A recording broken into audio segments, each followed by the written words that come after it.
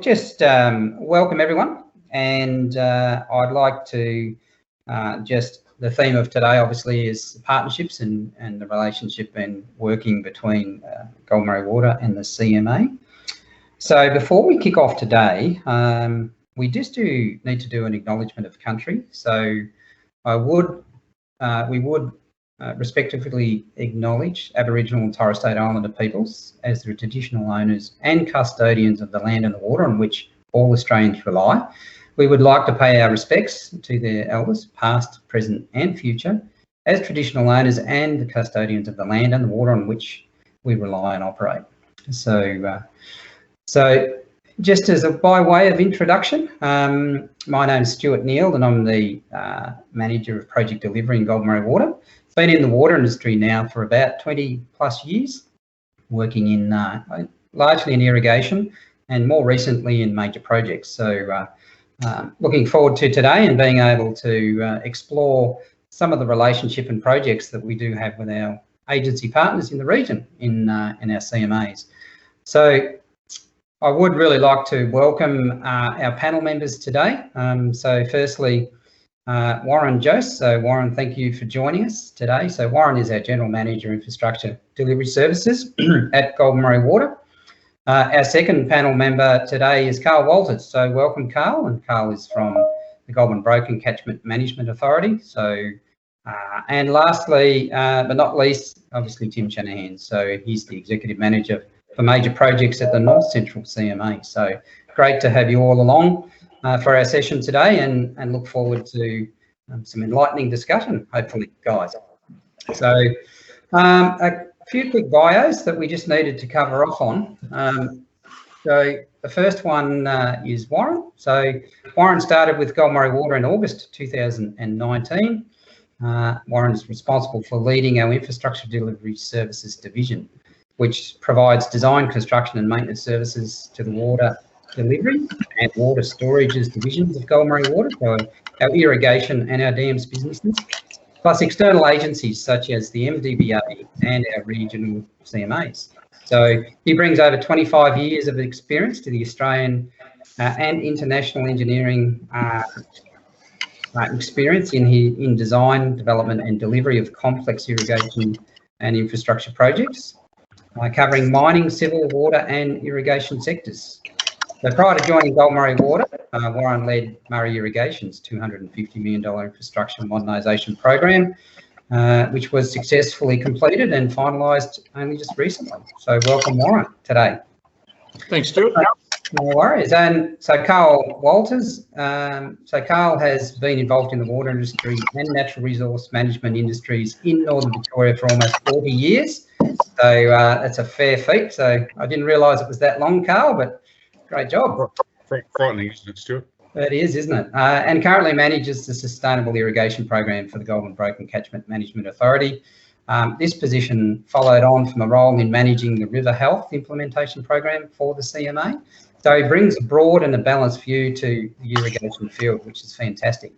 Prior to commencement with the Goulburn-Broken CMA, Carl has worked with Goulburn-Murray Water for many years. His extensive experience in irrigation has helped provide a different perspective to operations within the Goulburn-Broken CMA.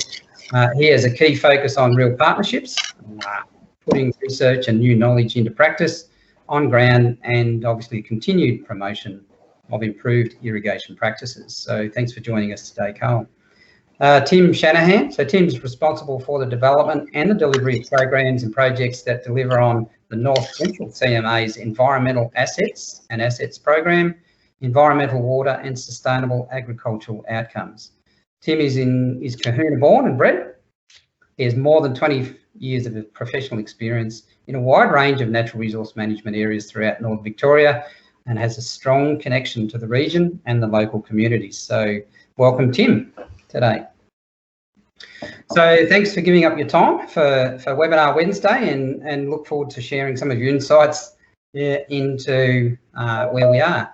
We have two themes to cover off today. And the first one is building partnerships through our shared projects. So Goulburn-Murray Water, obviously, and the CMAs have a long history here, and we'd like to explore some of those today.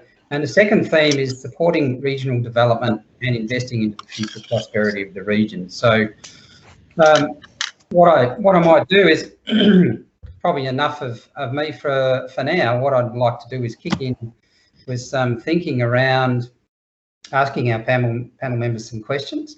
So I thought I might kick off, Warren, with you, if it's okay. Can you tell us a little more about the partnership model that's been put in place that exists between the three organisations? Yep, thanks, Stuart. And look, welcome everybody. It's really good to talk to our wider customers and stakeholders and to be able to speak directly. So in terms of our partnership models or our thinking, we work for agencies, Goulburn-Murray Water and the CMAs that are based in the regions, and we have our particular areas of expertise in the services we provide, but invariably they are interlinked.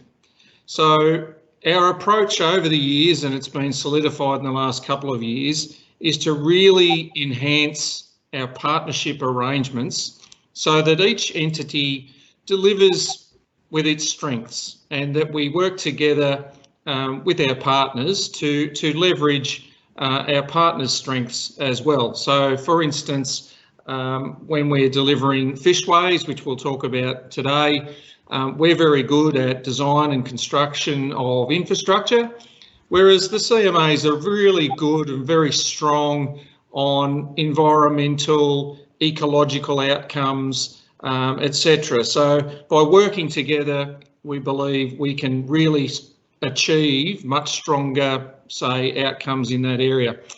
So in developing a partnership arrangement, and we are government agencies, there is that ability to cross backwards and forwards because we're not profit driven. We're really seeking strong community outcomes. So that's the driver, and that's what I believe unites us in a lot of our activities. So maybe, Stuart, I wonder if we ask Tim and Carl for their intro or their philosophy, perhaps.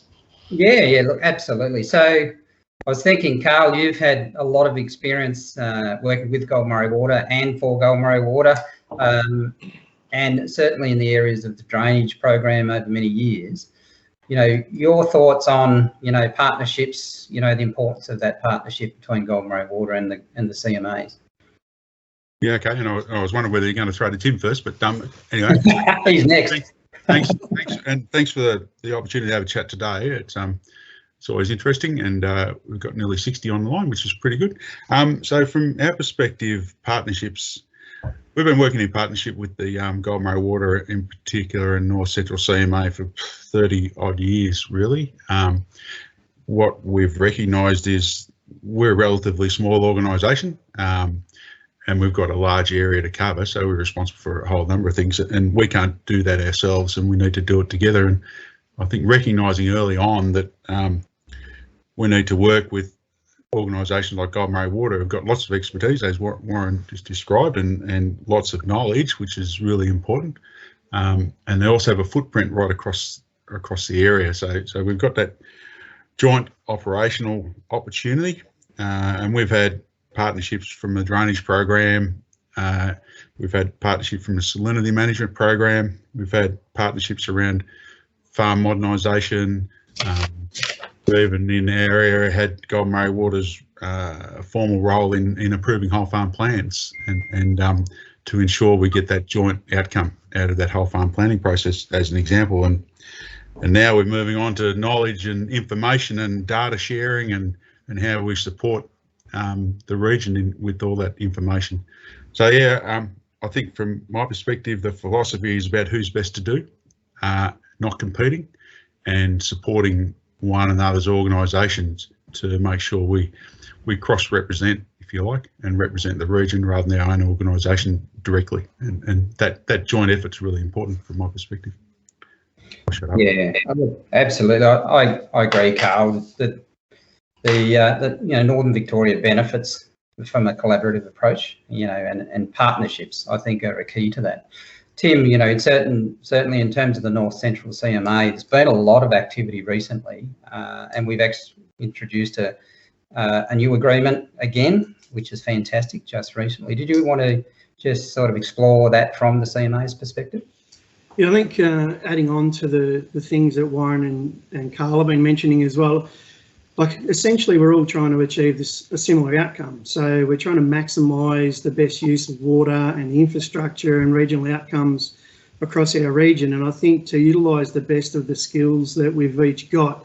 And when we think about it, we're looking at Goulburn-Murray water in our systems, in the irrigation systems across the North Central region, in the western part of the GMIG, you've really got conjunctive use systems. And what I mean by that is you've got natural waterways, irrigation carriers, as well as irrigation channel systems and swells, but they're also drainage and floodplain and recreation, tourism and amenity. And we need to think about how can we get the best outcome for the region with Goulburn-Murray water and other key partners as well, when we're trying to achieve those ecological outcomes, better sustainable agriculture outcomes and better outcomes for our communities as well. So the partnership approach that we've been taking, we think is we're all achieving those outcomes together. We're utilising the best of our skills as well, and we can think through some of the problems that we might encounter. As Carl mentioned before, we've worked our way through salinity issues, and we've worked our way through, you know, water efficiency improvements and those real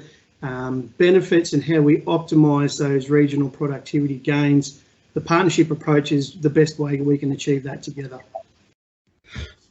Yeah, absolutely agree. And look, it's proven, I think, in a lot of recent programs and projects that relationship, you know, helps drive an expansion of our thinking outside just our two partnerships, you know, with DELP and other you know, regional partnerships, councils, etc. Tim, and I think, you know, that's been proven. Your experience with how, you know, not only the arrangements that are in place between Goulburn-Murray Water and the CMA, but your experience with other stakeholders as a result of, I suppose, putting in place these, you know, quite strong and supportive relationships.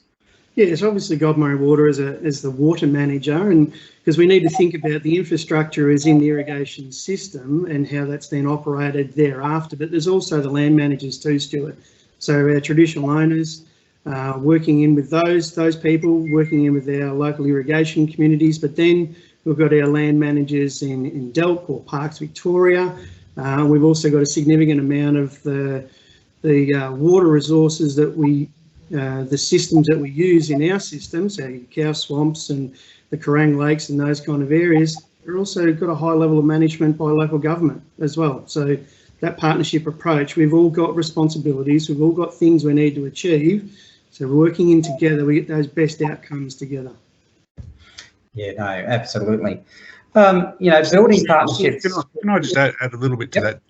And you're exactly right. And I think one of the things the CMA helps with, and we're both the same, our role is bringing those people to the table and making sure we get that better joint decision and joint answer.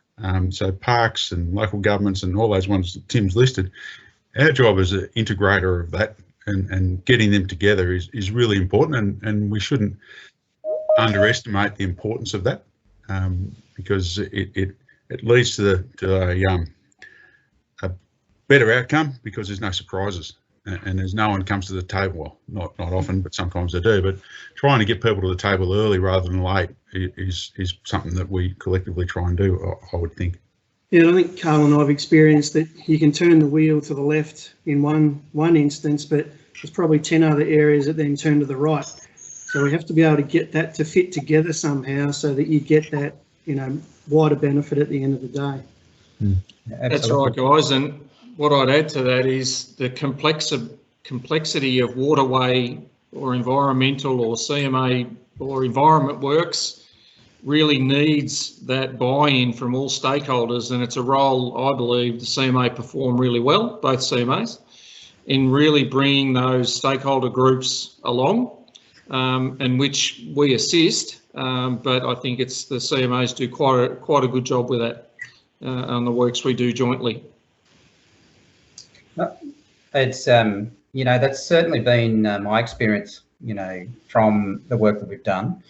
I think being able to build those, bring in stakeholders and get alignment engagement for projects and programs underpins the success of a lot of those programs. And from that, we've been able to, I suppose, expand our process of communication and consultation and onboard, as many people as we can in the delivery of these programs.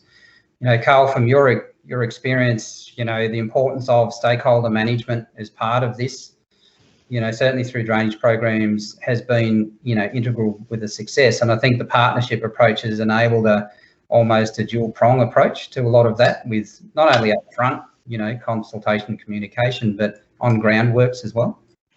Bringing them all to the table. And I think there's a few bits in there. One is about learning and bringing that knowledge and learning it and adapting as you go, as you learn new things. And the hybrid drainage program at the moment is a great example of what GMW is delivering for us, if you like, or for the region. It's about recognising things have changed early, and so we need to do something different. And then how do we do that? We've got to reapproach design principles, and work with the various stakeholders to say, well, the world's different now, we need to do it differently. And I think there's a whole thing in there about trust and knowledge and consistency. And so being there consistently to make sure that the common conversations are being had on the way through. Those things are really important, but managing and the stakeholders are wide and varied. We shouldn't forget the community is probably our most crucial stakeholder, and as people have learnt over the time, and there's a lot of customers out there, and getting the collective customer perspective on things is really difficult. But if you're trusted in the community and you can cover off most things that you think people are going to bring to the table, you can actually then move forward. And that's one of the challenges, I think. But that serious stakeholder engagement and doing it properly, I have this phrase I call about listening with intent, and making sure you hear what people are saying and then try and respond. You can't always give the right answers, but you can try. Yep, I agree. Stuart, I can just see Michael's got his hand up. Absolutely. So, Alison, do you want to, Michael, do you just want to unmute yourself? And if you've got a question, please fire away. Good morning, all. Thank you very much. Fantastic. Absolutely love the collaborative approach, and I think in the 21st century, that's the key. That engagement between regulators, stakeholders, definitely just gives us a more transparent approach with decision making, which is fantastic. So good on you guys.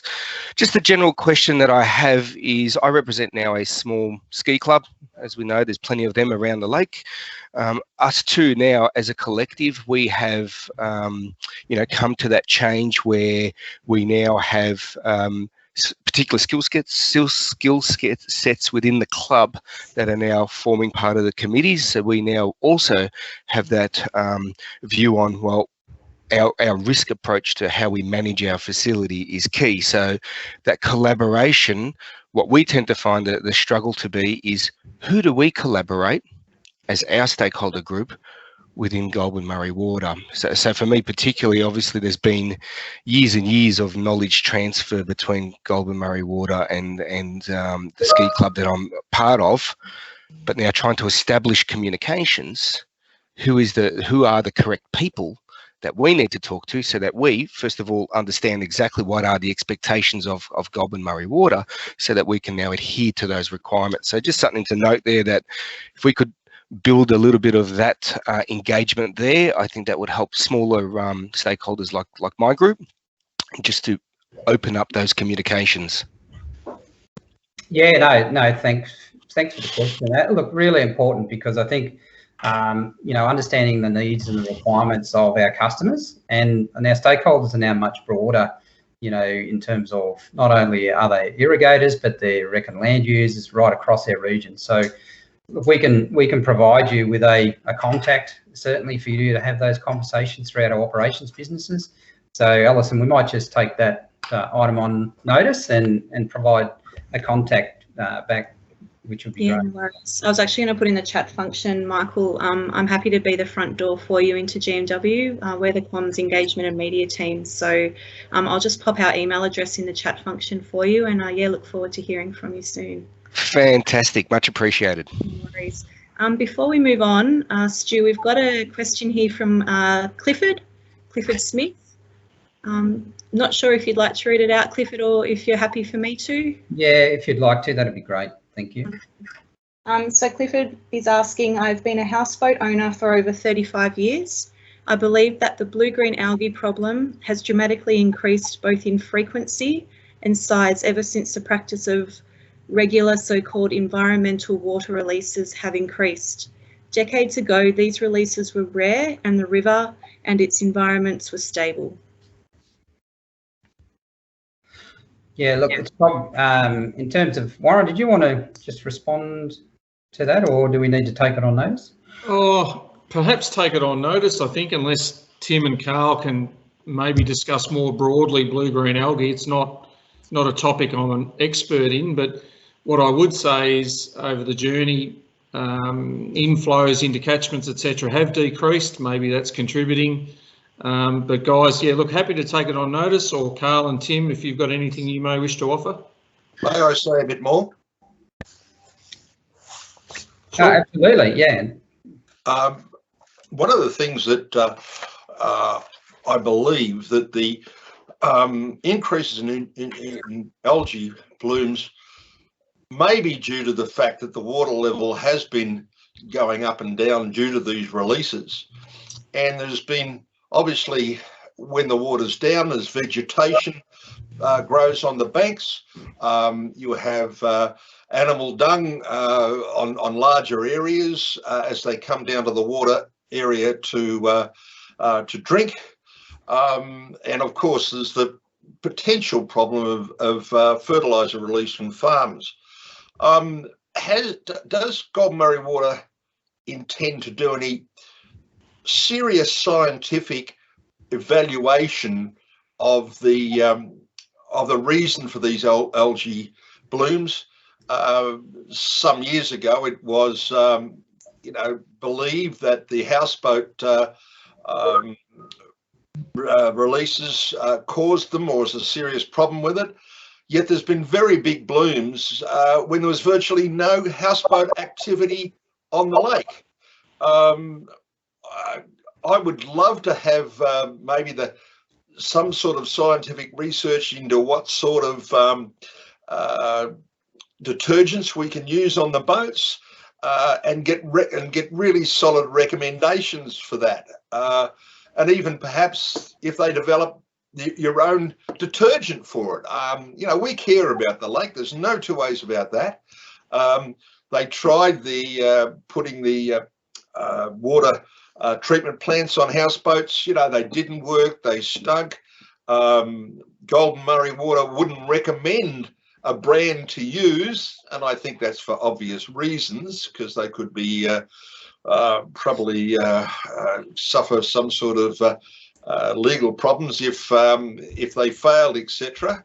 And it's a real worry to me. It really is, because I want to use that lake as often as I can, and we're getting all sorts of advisement about blue-green algae problems. I don't think it's a thing that Goulburn-Murray Water should take very seriously, about getting some scientific evidence as to what causes it and how it can be treated. Thank you.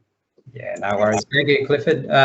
Look, we will take that on board, and just to note that Goulburn-Murray Water has just finished landed on water management strategies, and as part of the implementation of those, we're now looking at an engagement approach and rolling out of the next round of that consultation to recreational users. So we will be publicising those activities, and we will be reaching out to recreational users to get input. And other water storage interest groups, just out of interest, over the coming months. So we've got some feedback from part of our marketing and comms team around those activities that are being undertaken. So I'm sure that your concerns there will be collected and picked up in those activities. So thanks for that today, Clifford. Much appreciappreciated. Thank you very much for saying that. So we should also mention it, and from the CMA's perspective, we have programs which are about fencing off waterways and excluding stock and managing water quality impacts, etc., on those waterways, which generally flow into some of those storages. So there's an ongoing program, but yeah, recognising that nutrients in waterways is bad, and we have programs in place trying to manage that. There is a whole bunch of research going on around blue-green algae that AgVic, I think, are probably the leaders of, but bringing all that together is the key. Yeah, look, and we do have a dedicated water quality team in Goulburn-Murray Water who regularly monitor and assess, impacts of and try and manage the impacts of blue-green algae. So we will be, that will continue, but certainly look forward to, catching up with you, Clifford, in terms of our consultation as we broaden that to specific locations. So is there any other questions out there that people have before we jump into, exploring some more project-related aspects of the partnership? No, that sounds, anything there, Ellie? No, all good? I was about to say, no, nothing in the chat. Fantastic. Excellent. So look, moving on, what we've got obviously is a number of recent shared projects, I suppose, that really have been driving some what we think are great benefits for the community in the region, and that's probably been more recent in time. We've seen some of that work on ground, and it'd be great to explore and share some of those. I think, I suppose, if I cut back to the panel, Warren, just some of the projects that Goulburn-Murray Water and the CMA has been actively working on of recent times. Perhaps you want to identify some of those. Yeah, thanks, Stuart. And look, it'd be good if we can see some of the footage shortly. We're currently building two large fishway projects. One's in Kahuna, one's in Kundruk, and that Tim might talk a little bit about the fish or the native fish strategy in a moment. But by and large, the projects are there to encourage or allow fish passage upstream through the system. This year we're investing $10 million across the two projects, and we are around about 2/3 of the way through, I think, Stuart. So there's big investment. This has been many years in the planning, and with the aid of this partnership, we're making it happen. Obviously, we are focused on GMW is focused on the design, construct, supervision, commissioning, etc., make sure it works. But we're heavily involved with our partners in the CMA to make sure that all other aspects are looked after, our environment, cultural heritage, local councils, etc., etc. There's a lot of moving parts, as I think Carl mentioned before, around stakeholders. So there's some very large projects currently being built. We have a forward program of around 6 or 7 activities with North Central, with Tim and his team, and half a dozen or so with Carl and his team ongoing, and they're at various stages of development.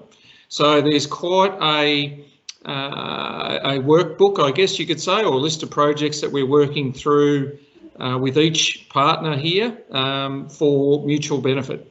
So I just wonder, Stuart, should we pull up the the Kundruk footage and just allow our participants to have a look at what we're actually physically doing? Yeah, that'd be great. So we might just run some time-lapse footage here, and this is construction at the Kahuna Weir. Recently, Goulburn-Murray Water undertook a program. It's a 3-stage project, involves construction of stage 1 offline, started in March, and you'll see there foundations and steel work going in. You'll see in the back the Gunbower Creek, and that is the township of Kahuna, just in the background. And that footage shows you incrementally the stages that have been built. So that was stage 1. You can start to see it's offline. The floor and the walls of a fishway. It's a vertical slot fishway, has 20-odd separate sections in it, a grade of approximately 1 in 10, and the fishway will allow sort of large, medium and small-bodied fish to pass from downstream of the regulator, which is just off to the right-hand side of the images there, upstream and continue to make their way along the creek. Tim, you're well placed to talk about the native fish recovery strategy as we see some of this imagery go on. We might just stop it there, Ali. And have we got any footage there of the Kundruk construction, because it's also quite interesting. But while we're looking for that, Tim, do you just want to give us a little bit of an overview on how the partnership is working for you, but more to the point is why it's important for the native fish recovery strategy for the Lower Loddon and the Gunbower systems? Yep, thanks, Stuart. So as you mentioned, it is the Lower Loddon, extends into the Kerrang Lakes, picking up the Gunbower system and the Murray River as well. And it's around about 400 kilometres of waterways that can be linked up then, so we can give passage to some of those really iconic species that we've got in northern Victoria, such as Murray cod and silver perch and golden perch and so on. And, you know, over the years, we've had 90% of the native fish population has declined across the Murray-Darling Basin.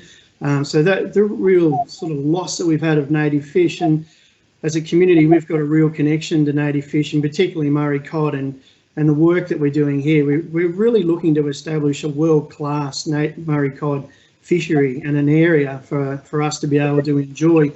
And as I mentioned before, when you've got that conjunctive sort of irrigation system, natural waterways, and also utilisation that we've got with irrigation and for environmental outcomes, the work that we're doing here is making sure that we've got passage for those fish that's appropriate, so that we've got large fish, we've got the small-bodied fish, we've also got the larvae that can really transverse their way around that system. So with Kundruk, we're building the fishway there that gives them connection directly back into the Murray, back up to Kahuna, so that they can go up and down the Gunbower system. I know when I was growing up in Kahuna, if 30 or 40 years ago, if you caught a Murray cod in Kahuna and in those surrounds, it was a bit of a legend. You mainly caught carp, but now we're finding these days that you are catching, you'll have a bad day if you don't catch at least 1, 2, 3 small Murray cod, and even up to the really big over the metre size Murray cod as well. So those numbers are coming back. We've also seen cod trout as well in big numbers as we've been working through the system, and really European carp fish numbers have really dropped significantly as well. So for us, 400 kilometres of native fish hatchery is being linked up here. We can then get those really big benefits back into tourism for our local community. So attracting a lot of people to come and experience our native natural waterways, to do the fishing, to then put money back into the local economy. Through the construction, we've been able to pick up around about $7 million of investment into this infrastructure that we wouldn't have otherwise seen this investment in our local community as well. And we've been able to engage with Goulburn-Murray Water, some local contractors who are then doing subbies as well, that are all local people, which is all money back into our local area, which is a great stimulus for us. So you're getting those environmental outcomes, we're making the best of an irrigation system, we're getting the community benefit as well through the tourism dollars, the economic stimulus, and really the core of the way that we live and breathe, I suppose, is a real connection back into the likes of those native waterways and our forests, and now bridging that through with our irrigation industry as well. Yeah, look, no doubt, Tim. I was having a look at some data the other day, and it's pretty evident. You know, we pulled out in the order of 1,200 native fish. You know, when we did put the channel blocks in, which are earthen banks just designed to de-water the site so we can do the work on them.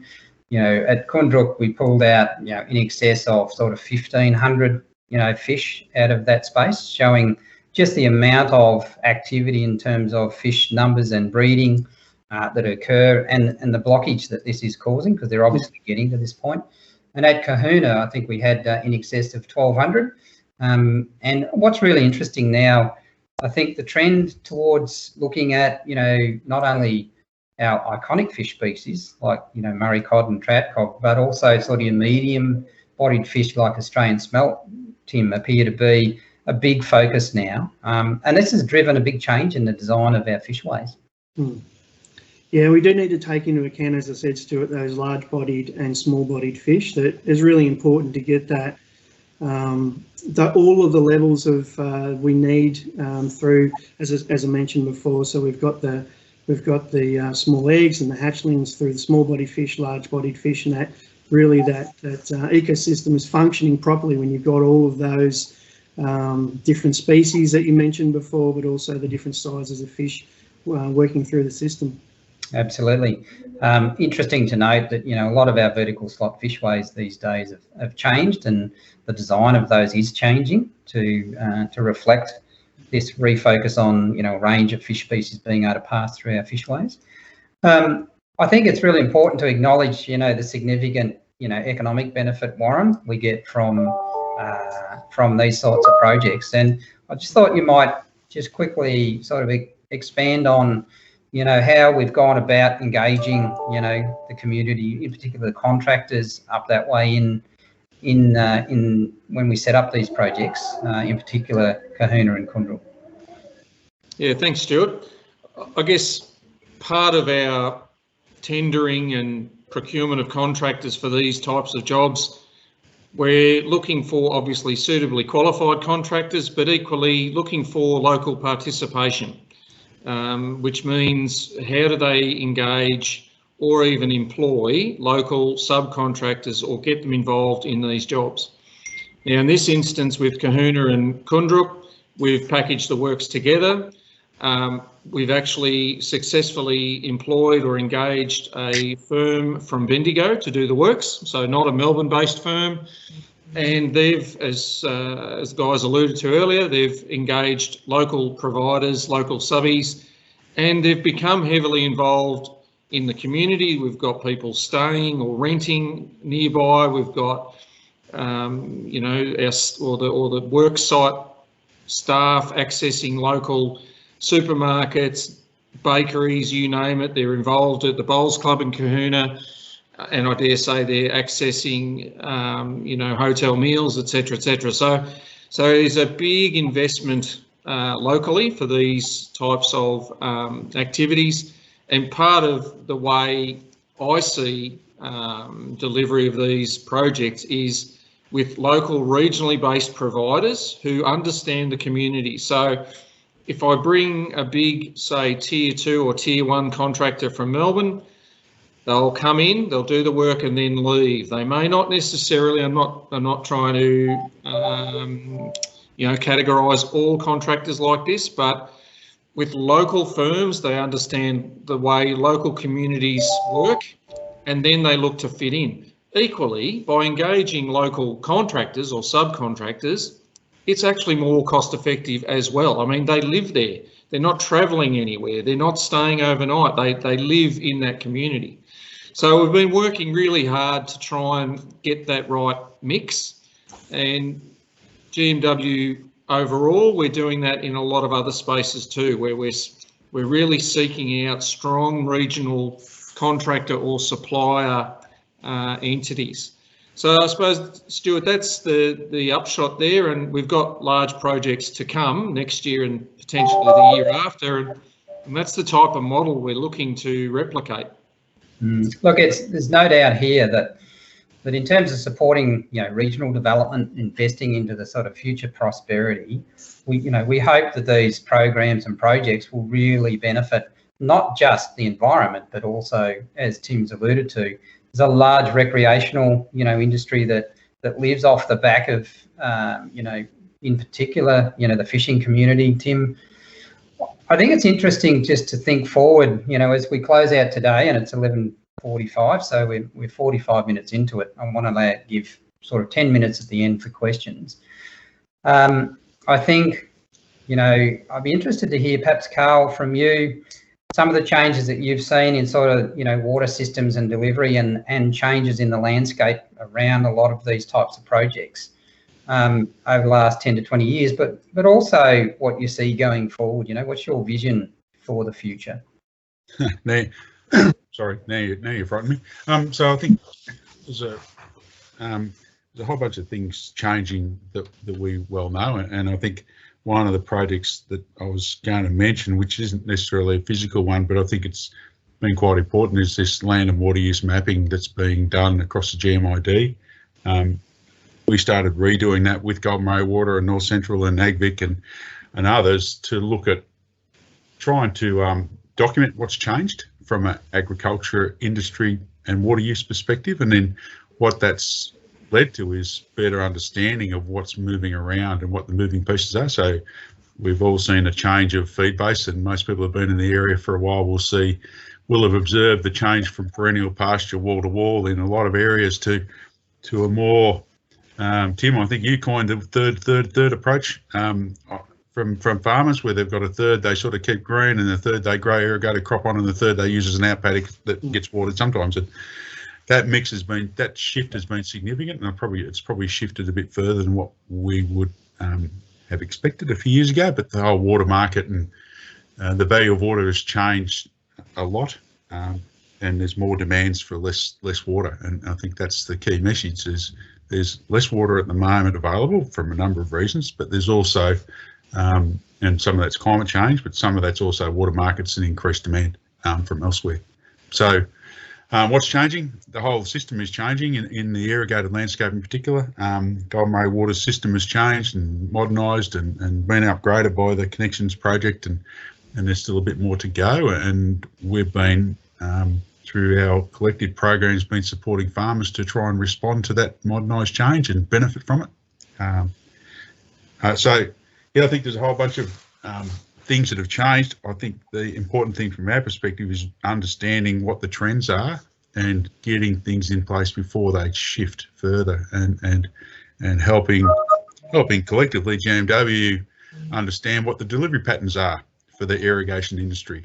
So what water are your channels going to deliver, what time of the year, and what might they look like in the future? And we, the CMAs, won't define that, but we'll certainly bring the knowledge and information to the table saying, have you thought about this?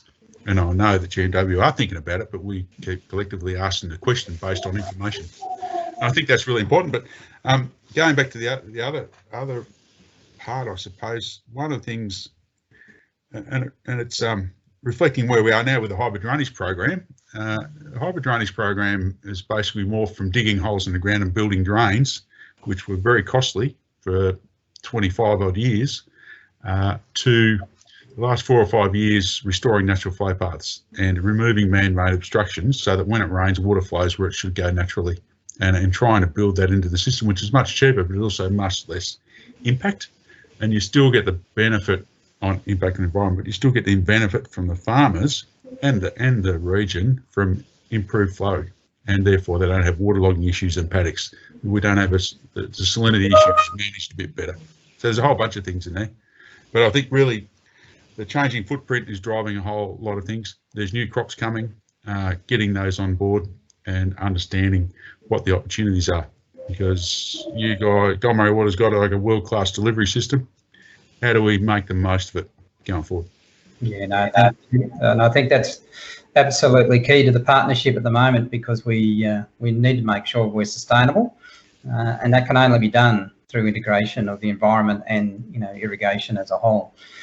I suppose we're at the point now, Ali, where I would like to just to swing out to all of those people who are online, if they would like to. Now's a great opportunity to ask any questions of the panel members, and I would thank them for their insights today. If there's anything that you've heard you want any clarifications on, or tweaked your interest, now's a great opportunity to jump into the chat and just ask any questions. So, Ali, have we got any questions there that we need to ask the panel? Not since we last ran through them. Cliff's added in some information about the blue-green algae and houseboat activities. So, Cliff, I'll be in contact after the webinar and connect you with someone to have a chat with in more detail.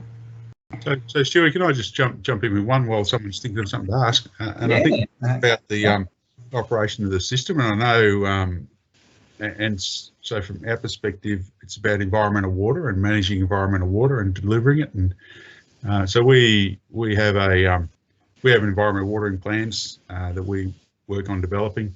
But I think from Goulburn-Murray Water perspective, we work pretty closely with the Goulburn-Murray Water operational guys to make sure that we deliver it as best as we can, and and utilise it as best we can, and build on operational flows that go through systems, build on rainfall events so we don't waste things, and try to make the most of it. And I think we underestimate Goulburn-Murray Water's role in helping shape how that environmental water is delivered. So I think there's an important aspect in there as the operator of those large weirs and regulators and structures.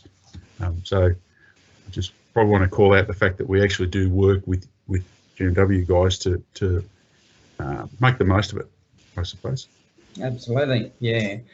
Tim, you know, Ellie, is there any questions? If not, I might just call on Tim to sort of, you know, close out with some of his thoughts on, you know, on the future and some of the key aspects that we need to be thinking about as we go forward. As Carl mentioned, I think, you know, the system is changing, Stuart, and we need to be able to adapt to those changes to really ensure that we do have this sustainable, viable irrigation industry. But in doing that, like, the CMAs are really keen to be working with landholders to help them gather the right information to make the best decisions that they can to be able to maximise or optimise their opportunities that they're looking to achieve as well. So we know that, you know, things are getting a bit drier. How do we have a sustainable future with less water? What's our land use change going to be as well? How do we look into saying, well, do we need bigger properties or different industries? Or, you know, we used to have a GMID was 30% of grazing and livestock and cropping in the past, and it's probably flipped to more like 70% now. So how do we then utilise that the land at the time when it's right to make those really good decisions about using water when it's available and what crops to grow and how do I maximise that? But at the same time, when it's less available, how do we not have this patchwork quilt really of properties that maybe aren't irrigated? And thinking about that, I think, Stuart, is a challenge that we've got into the future. Absolutely. Look, I think, Warren, you know, from today, you know, there's a large number of key areas that we cover off on in terms of partnerships, arrangements, in terms of managing irrigation flows and deliveries, interactions with the environment, and how to manage that in the future. You've seen, you know, had experiences across New South Wales and Victoria. You know, if you were to sum up how you see the, you know, the interrelationships and the agency relationships that currently exist in Victoria, you know, what have you seen, and do you feel that they benefit, you know, the region, or how they might benefit the region? Yeah, thanks, Stuart. I would say that, yeah, the closer interaction between landholders, local councils, local governments, CMAs and ourselves is the way forward. You know, one entity or one customer base on its own is not going to achieve its maximum output by being a sole trader. So I think the interaction, the involvement, the engagement is key for, you know, ongoing in the future. And I'd, you know, with webinars like this, encourage people to be involved. And, you know, I think Clifford asked about the different research that might be done and talked about, you know, blue-green algae today, but there's a whole host of research being done within CMAs, government departments, et cetera, and unless you're involved, you might not hear about it. So I'd really recommend people just simply be involved, simply come along to these webinars, you know, listen to what we're saying, request information where it's available, and as I say, yeah, be involved. And because, you know, we may not know all the answers, but then we might know people who have that specific knowledge to direct you to. So I think, yeah, so that'd be my feedback, Stuart. I think different parts of the country are moving in different speeds. If you look at Queensland, their irrigation sector is now privatising or large chunks of it. Mm-hmm. So they're moving in a different space. New South Wales is where it is. It's fairly stable. And we're at the end of modernisation with connections and moving to our next phase. Equally, though, I would say, I think Tim and Carl would agree that the way we work together at the moment probably sets us apart. There are areas of the country are struggling with this. So I think that's where it sets us a bit different. So that's what I would offer up today. Not that anyone's doing it any better or any worse. It's just we are working or striving hard to do it together. So that'd be my feedback there, guys. Yeah, no worries. Look, thank you, Warren. Look, that's a really good summation of I think where we're at in Northern Victoria, and you know, from what I've heard today from the panel, there's no doubt that there is you know, a multitude of activities that are being undertaken, you know, in partnership, you know, both now with fishways, fish ladders and drainage programs, but looking forward, which is fantastic. And I think it bodes well for a future partnerships between us. Carl, yeah, you had no, Tim will laugh because I'm not having a last word. No, I was just reflecting on the change and how that's being supported, and we know that the area is changing rapidly, larger properties and all those sorts of things. One of the things that collectively between North Central and ourselves have got going with Goulburn-Murray Water is this agricultural redevelopment support. So people who want to make change at scale on the property in the irrigation area, who do they go to for that information to signpost them to where it might be and have a discussion? And there's one person in each area, if you like, one east and one west. Their role essentially is to try and help facilitate that, not cut through red tape, but identify where it is and to try and facilitate a bit of change and make it easier for that change. Whether you agree it should change or not doesn't matter. Something's going on there, and we need to support it and to help the irrigation community make the most of the system we have. And so that's just one example, but it's a joint effort between the Goulburn-Murray Water and ourselves, and to make sure that we are competing and we are supportive, and that joint knowledge is really important. But yeah. Thank you, Carl. So look, on that note, guys, we've exhausted our time today. So look, I would like to wrap up now, if that's okay. And so first things first, a big thank you to the panel members, Warren, Carl and Tim. Your insights today have been really valuable, and it's been a great conversation. I hope the flow of today has gone reasonably smoothly, Alison, and it was our aim to try and make it reasonably free and open in terms of the discussion. So that's been great. I do want to thank the marketing and comms team for their efforts in putting together today's webinar. And lastly, big thank you to everyone who took the time out of their day to log in, as there is no point holding these if you haven't got anyone to talk to. So we do really appreciate it. Encourage you to come along to the next ones.